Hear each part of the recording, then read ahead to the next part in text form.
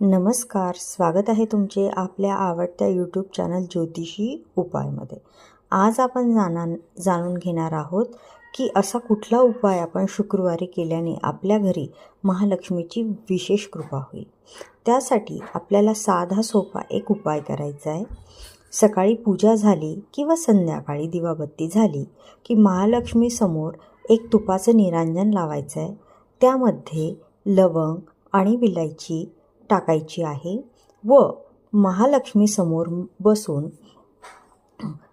महालक्ष्मी अष्टकाचे 16 पाठ करायचे आहे आणि आपल्या मनातली जी इच्छा आहे ती सांगायची आहे आणि असे 11 शुक्रवार करायचे।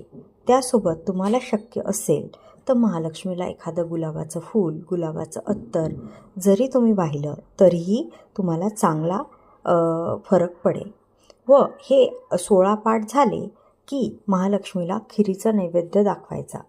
असे तुम्ही केल्याने नक्कीच तुम्हाला महालक्ष्मीची कृपा होईल आणि तुम्हाला धनप्राप्ती खूप छान प्रमाणात होईल। व्हिडिओ आवडला असेल लाईक करा, शेअर करा आणि चॅनलला सबस्क्राईब करा।